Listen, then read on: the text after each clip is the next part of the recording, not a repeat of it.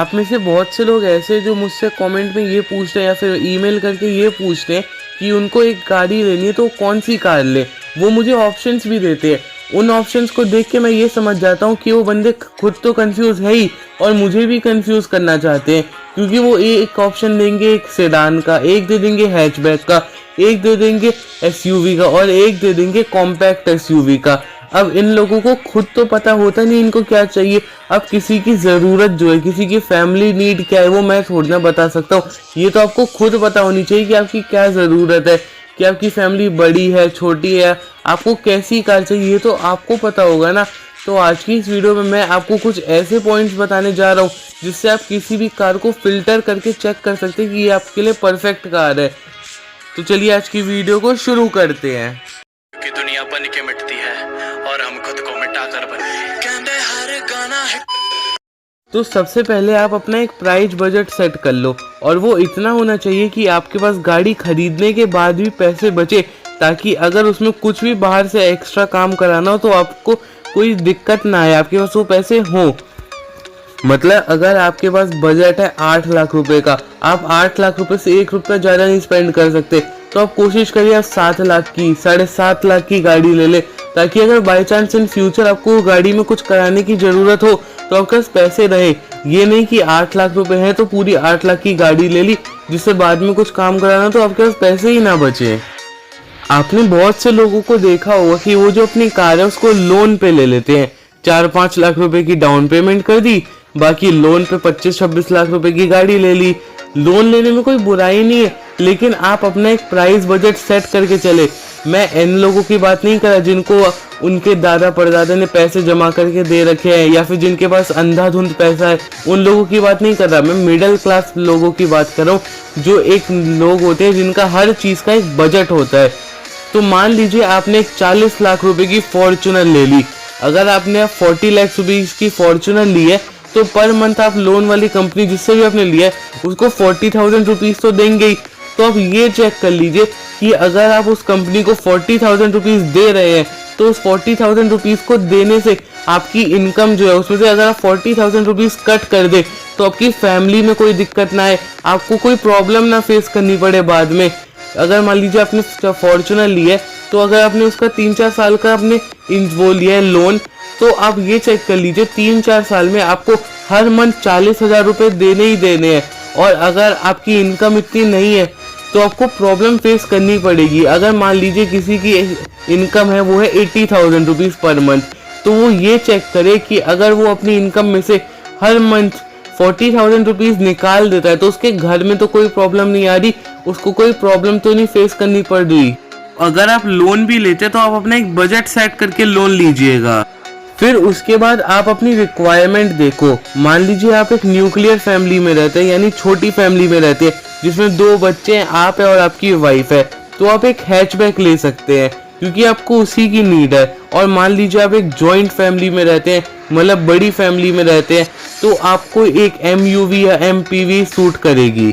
और अगर आपके पास पैसे की कोई दिक्कत नहीं, आप एक अच्छी पोस्ट पे, आप एक किसी कंपनी के ओनर है, आपके पास पैसे की कोई दिक्कत नहीं है और आपकी फैमिली छोटी है, लेकिन आपको लेनी गाड़ी अच्छी गाड़ी या प्रीमियम गाड़ी लेनी है, तो आप एक सेडान कार ले सकते हैं।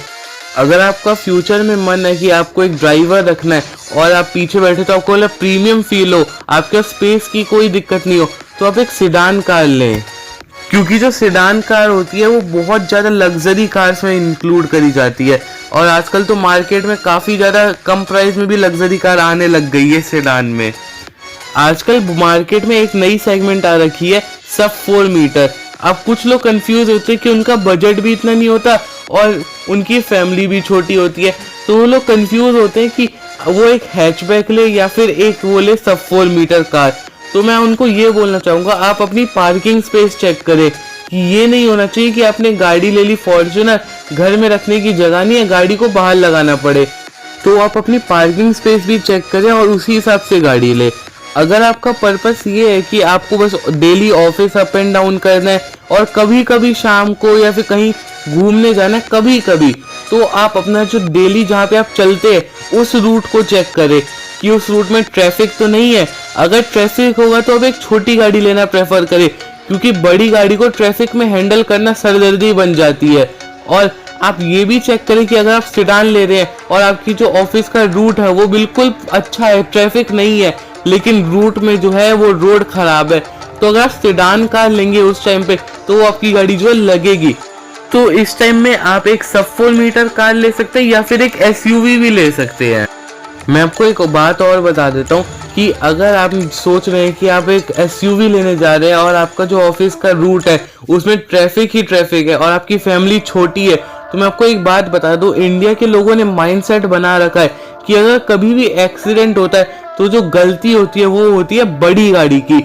चाहे मान लीजिए आपको किसी ने बाइक वाले ने आके ठोक दिया है, आपकी गलती हमेशा निकाली जाएगी, बाइक वाले की नहीं निकाली जाएगी।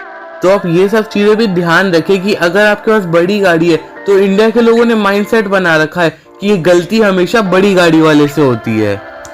उसके बाद आप अपने अकॉर्डिंग गाड़ी देखिए कि आपको एक फीचर वाली गाड़ी चाहिए या फिर आपको एक बिल्ड क्वालिटी वाली गाड़ी चाहिए, आपको एक फीचर वाली गाड़ी चाहिए या फिर आपको एक एवरेज वाली कार चाहिए।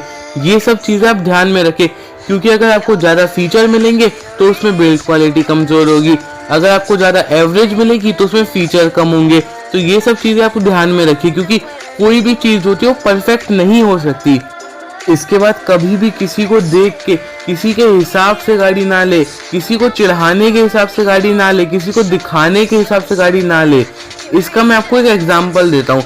मान लीजिए मेरी फैमिली में 3 लोग हैं और किसी के मामा, पड़ोसी, चाचा, दोस्त, भाई, लड़की को दिखाने के लिए मैंने ले रखी है फॉर्च्यूनर।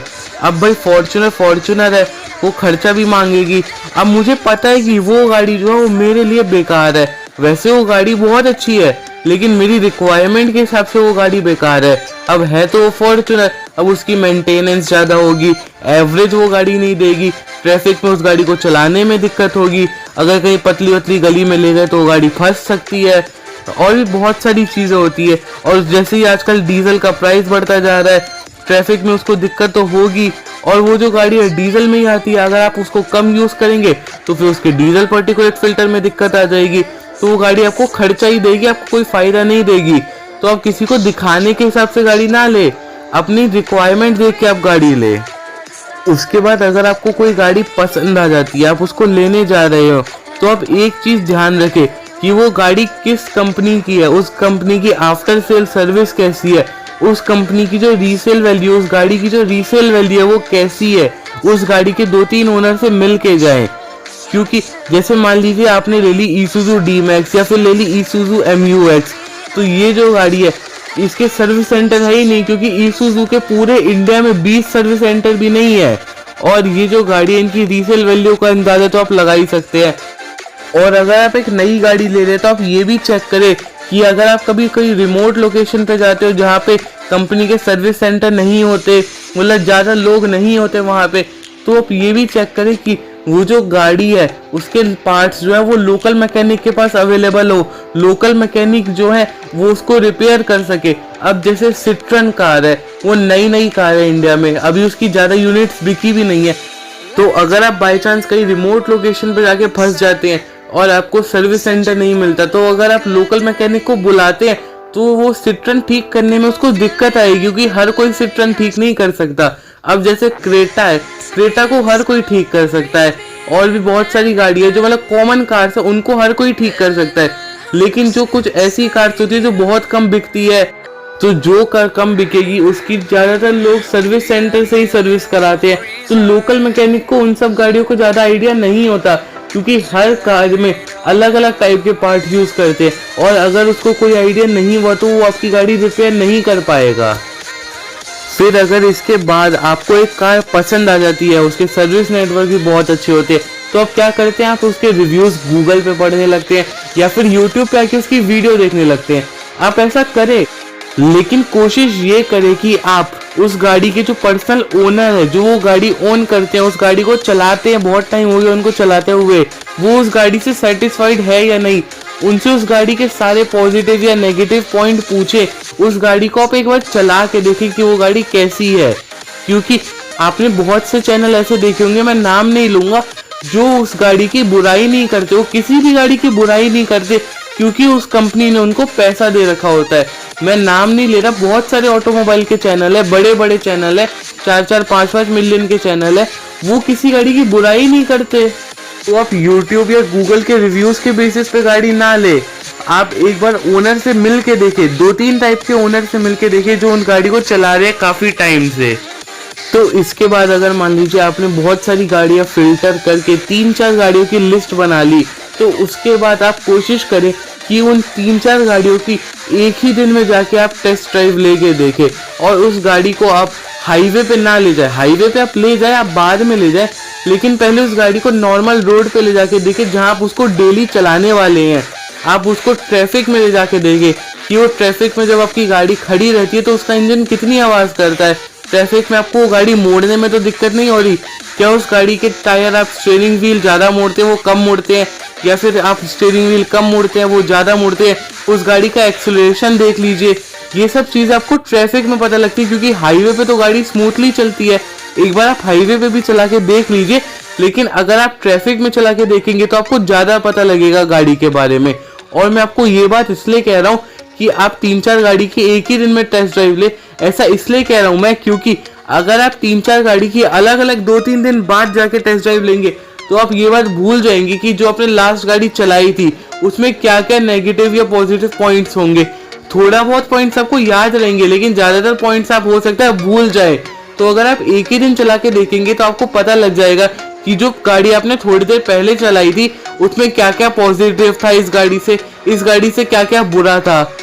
इसके बाद जब आपने हर चीज देख ली है, अब आप कंफ्यूज है कि आप एक डीजल कार ले या फिर एक पेट्रोल कार ले, तो मैं आपको सीधी सीधी बात बता देता हूँ। अगर आपकी जो रनिंग है वो मंथली 15,000 किलोमीटर से कम है तो आप ले एक पेट्रोल कार। अगर आपकी मंथली जो रनिंग है वो 15,000 किलोमीटर है या फिर उससे थोड़ी ज़्यादा है तो आप ले एक डीजल कार। क्योंकि जो डीजल कार होती है, मैं उसके आपको फायदे बता देता हूँ पेट्रोल कार के ऊपर क्या क्या होते हैं, फिर मैं आपको पेट्रोल कार के फायदे बताऊंगा। देखिए, जो डीजल कार होती है उसमें आपको टॉर्क ज़्यादा मिल जाता है, कार में पावर ज़्यादा मिल जाती है। डीजल कार होती महंगी है लेकिन उसका इंजन आपको थोड़ा बड़ा इंजन मिल जाता है, और जब वो कार महंगी है तो उसमें आपको थोड़े बहुत फीचर मिल जाते हैं। जैसे अगर आप WRV का पेट्रोल का टॉप मॉडल लेंगे तो उसमें आपको पुश स्टार्ट स्टॉप बटन नहीं मिलता, लेकिन वहीं अगर आप WRV का डीजल में टॉप वेरिएंट लेंगे तो उसमें आपको पुश स्टार्ट स्टॉप बटन मिल जाता है। और जैसे अगर आप किया सेल्टॉस लेते हैं तो उसके डीजल वेरिएंट में बेस मॉडल से वो लोग 4 डिस्क ब्रेक दे रहे हैं, लेकिन उसका जो पेट्रोल वेरिएंट है उसमें वो HTK प्लस से भी आपको पीछे डिस्क ब्रेक नहीं दे रहे। पेट्रोल वेरिएंट की मैं बात कर रहा हूँ, लेकिन वो लोग डीजल में HTE यानी बेस वेरिएंट से भी चारों जो ब्रेक हैं वो डिस्क ब्रेक दे रहे हैं। तो अब ये चीज़ देख लीजिए कि आपको डीजल कार में आपको थोड़े बहुत फीचर्स एक्स्ट्रा मिल जाते हैं। आप पेट्रोल कार के फायदे की बात कर लेते हैं डीजल के ऊपर। तो जो पेट्रोल कार होती है वो रिफाइंड होती है, ज़्यादा स्मूथ चलती है, उस जो गाड़ी होती है उसकी मेंटेनेंस कम होती है, और वो जो गाड़ी है उसकी अगर आपने गाड़ी मान लीजिए खड़ी कर दी 3-4 दिन तो आपकी जो डीजल कार है उसको आपको स्टार्ट करने में दिक्कत आएगी, लेकिन पेट्रोल कार आपकी जल्दी स्टार्ट हो जाएगी। डीजल कार में आपको ठंड में कोल्ड स्टार्ट करने की ज़रूरत पड़ती है, लेकिन पेट्रोल कार को आपको ठंड में कोल्ड स्टार्ट करने की ज़रूरत नहीं पड़ती है। एक फ़ायदा मैं आपको और बता देता हूँ डीजल कार का, कि डीजल के जो रेट है वो पेट्रोल से हमेशा सस्ते ही रहते हैं। अभी तक तो जितना हुआ है, by chance in future petrol से उसका प्राइस ऊपर बढ़ जाए तो मुझे नहीं पता। मैं आज की बात कर रहा हूँ, ये मैं बता रहा हूँ आपको 15 जून 2021 की। तो इस वीडियो में मैंने जो आपको टिप्स दी हैं, अगर आप उन टिप्स को फॉलो करते करते एक अपनी कार फिल्टर करते जाएंगे तो आपके सामने एक कार आएगी जो आपके लिए बनी होगी, आपके लिए बिल्कुल सुटेबल होगी। तो आज की इस वीडियो में तो बस इतना ही। ऐसी कौन सी पॉइंट है जो मुझे इस वीडियो में डालनी चाहिए थी लेकिन मैंने नहीं डाला, वो मुझे कमेंट करके ज़रूर बताइएगा। वीडियो देखने के लिए आपका धन्यवाद। आपका दिन शुभ रहे।